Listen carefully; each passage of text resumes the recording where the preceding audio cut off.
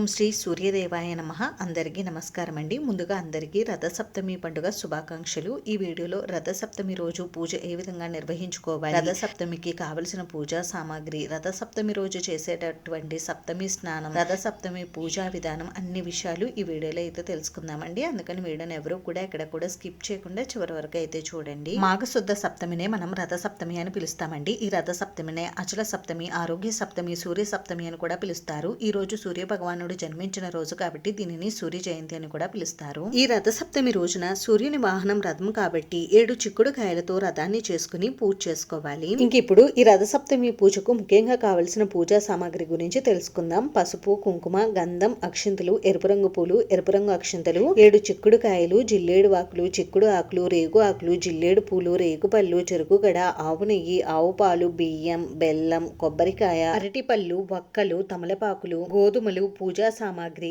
రాగి పాత్ర, ఇవన్నీ కూడా మనకి పూజకు ముఖ్యంగా అయితే అవసరం ఉంటాయి. ఇంక ఇప్పుడు ఈ రథసప్తమి రోజున రథసప్తమి స్నానం ఎలా ఆచరించాలో తెలుసుకుందాం. ముఖ్యంగా మనం రథసప్తమి స్నానం ఆచరించడానికి 7 జిల్లేడు ఆకులు, రేగు ఆకులు, రేగుపళ్ళు అయితే కావాలి. ముందుగా జిల్లేడు ఆకును తీసుకుని దానిపైన రేగు ఆకును ఉంచి దానిపైన ఒక రేగుపండును ఉంచాలి. ఇలా ఈ మూడింటిని తలపైన భుజాలపైన పెట్టుకుని స్నానం ఆచరించాలి. ఇలా 7 సార్లు చేయాలి. ఇలా ఇంట్లో ఎంతమంది ఉంటే అందరూ కూడా ఇలానే చేయాలి. ఒకవేళ మీకు ఇన్ని జిల్లేడు ఆకులు, రేగు ఆకులు, రేగుపళ్ళు దొరకకపోతే ఎన్ని ఉంటే వాటితోనే చేయవచ్చు. ఇలా రథసప్తమి రోజున స్నానం ఆచరించడం వల్ల మనం 7 జన్మల్లో చేసిన పాపాలు అన్ని కూడా నశిస్తాయి. ఇప్పుడు ఎరుపు రంగు వస్త్రాలను ధరించి గడప దగ్గర దీపం పెట్టి ఆ తర్వాత మన నిత్య దీపారాధన చేసుకుని తర్వాత మాత్రమే మనం రథసప్తమి పూజ చేసుకోవాలి. ఆ తర్వాత ఈ రోజున స్వామివారికి తప్పకుండా అర్ఘ్యం సమర్పించాలి. స్వామివారికి అర్ఘ్యం సమర్పించడం కోసం ఒక రాగి చెంబును తీసుకుని చెంబులోకి నిండుగా నీళ్లు తీసుకోవాలి. ఆ తర్వాత ఈ చెంబులోకి కొద్దిగా పసుపు, కుంకుమ, గంధం, అక్షింతలు, పుష్పాలు వేయాలి. ఈ చెంబులోకి ఎరుపు రంగు అక్షింతలు, ఎరుపు రంగు పుష్పాలు వేసి ఒక చిన్న బెల్లం ముక్కను కూడా వేసి స్వామివారికి ఎదురుకుండా నిలబడి స్వామివారికి అర్ఘ్యం అయితే సమర్పించాలి. వారిని మనసులో స్మరించుకుంటూ స్వామివారికి ఈ విధంగా 3 సార్లు అర్ఘ్యం అయితే సమర్పించాలండి. రథసప్తమి రోజున స్వామివారికి ఈ విధంగా అర్ఘ్యం సమర్పించడం వల్ల స్వామివారి అనుగ్రహం పరిపూర్ణంగా కలిగి సంపూర్ణ ఆరోగ్యం కలుగుతుంది.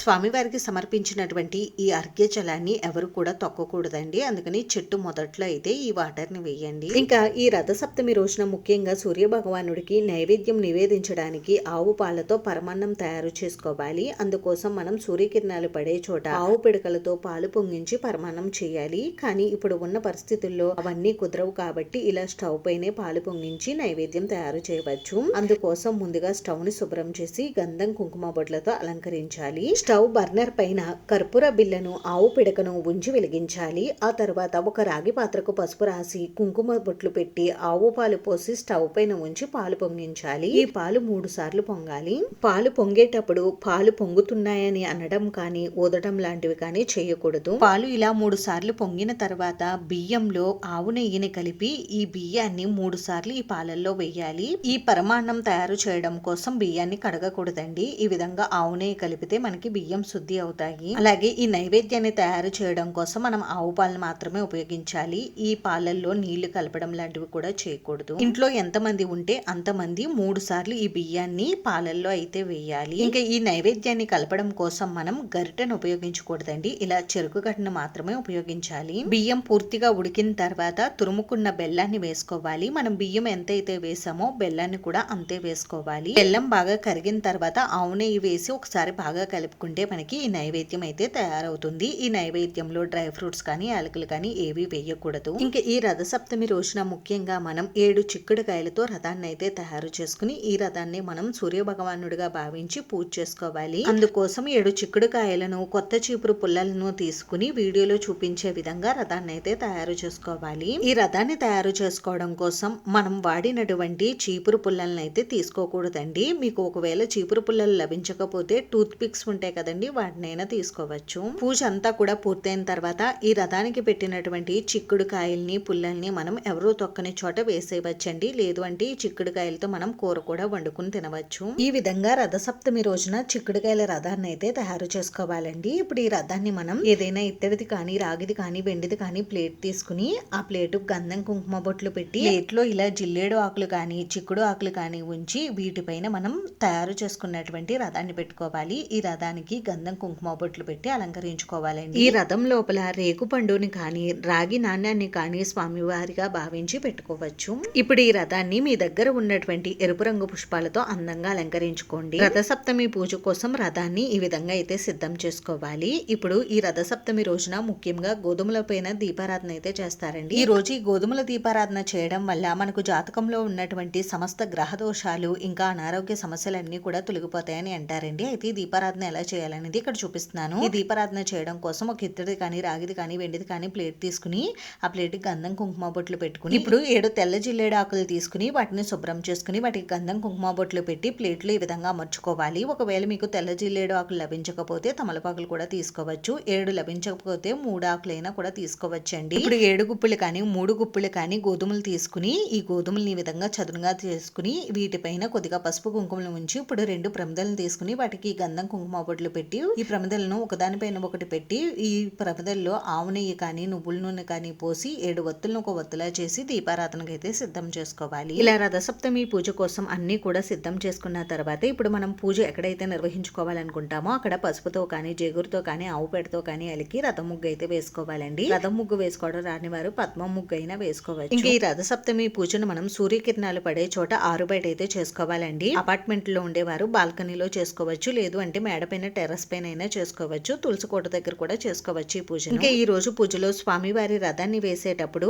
స్వామివారి రథానికి ఒక చక్రం మాత్రమే వేసుకోవాలండి. ఎందుకంటే స్వామివారి రథానికి ఒక చక్రం మాత్రమే ఉంటుంది, అది కాలచక్రం. ఇలా ముగ్గు వేసి ఇప్పుడు ఈ ముగ్గులో కొద్దిగా పసుపు కుంకుమలను ఉంచి ఇప్పుడు ఒక పీట తీసుకుని ఈ పీటకు పసుపు రాసి పీటకు కుంకుమ బియ్య పిండితో బొట్లు పెట్టి పీట పైన ముగ్గు వేసుకోవాలి. ఈ విధంగా పీటనైతే సిద్ధం చేసుకోవాలి. ఆ తర్వాత ఈ పీట పైన ఒక 3 గుప్పిళ్ళ వరకు బియ్యాన్ని కానీ గోధుమలు కానీ ఉంచి ఈ గోధుమల పైన కొద్దిగా పసుపు కుంకుమలు ఉంచి ఇప్పుడు వీటిపైన మనం ముందుగా సిద్ధం చేసుకున్నటువంటి స్వామివారి రథాన్ని ఉంచాలి. పూజలో మనం స్వామివారి ఫోటోని కానీ ప్రతిమని కానీ పెట్టుకోవచ్చండి. కానీ మనకి సూర్య భగవానుడు ప్రత్యక్షంగా కనిపిస్తాడు కాబట్టి మనం రథానికి ఈ విధంగా పూజ చేసుకోవచ్చు. ఇంకా పూజకు కావలసిన పూజా సామాగ్రి అంతా కూడా సిద్ధం చేసుకోవాలండి. అంటే దీపారాధన కుందులు, మనం ఏ పూజ చేసినా ప్రథమ పూజ గణపతికి చేస్తాం కాబట్టి పసుపుతో గణపతిని కూడా తయారు చేసుకుని పూజలో పెట్టుకోవాలి. పూజ కోసం దీపారాధన కుందుల్ని ఇంకా పంచపాత్రని అన్నిటినీ కూడా మనం సిద్ధం చేసుకుని పెట్టుకోవాలి. ఈ విధంగా అన్ని కూడా పూజ కోసం సిద్ధం చేసుకున్న తర్వాత ముందుగా దీపారాధన అయితే చేయాలి. దీపారాధన చేసి దీపం దగ్గర 2 అక్షంతల పుష్పాలు ఉంచి దీపలక్ష్మికి నమస్కారం చేసుకోవాలి. ఇప్పుడు ఆచమనం చేసుకుని సంకల్పం చెప్పుకొని కలసారాధన చేయాలి.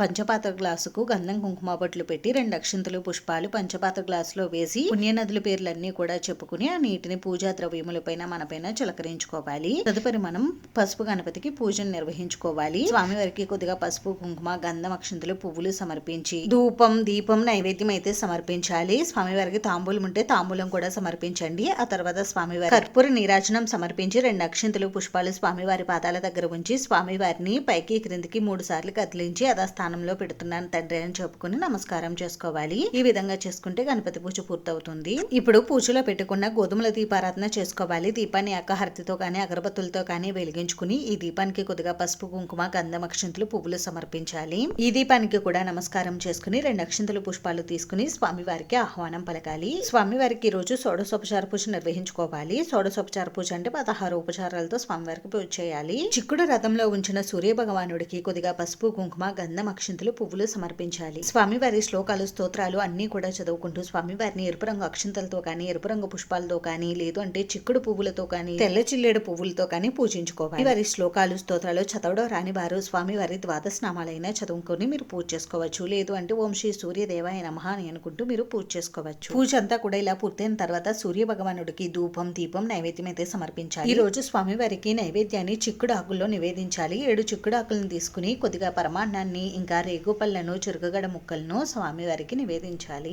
ఇంకా ఈ సీజన్ లో దొరికేటటువంటి ఏవైనా పండ్లను కూడా స్వామివారికి నివేదించవచ్చు. నైవేద్యం సమర్పించడానికి చిక్కుడు ఆకులు లభించకపోతే తమలపాకుల్లోనే మీరు నైవేద్యాన్ని పెట్టి స్వామివారికి నివేదించవచ్చు. ఇప్పుడు స్వామివారికి తాంబూలం నారికేలం కూడా సమర్పించి సాంబ్రాణి ధూపం చూపించి కర్పూర నీరాజనం సమర్పించాలి. తర్వాత 2 అక్షంతలు పుష్పాలు తీసుకుని స్వామివారి పాదాల దగ్గర ఉంచి స్వామివారికి ఆడవారైతే మొక్కల పైన నమస్కారం ఇంకా మగవారైతే సాష్టాంగ నమస్కారం ప్రకారం చేసుకోవాలి.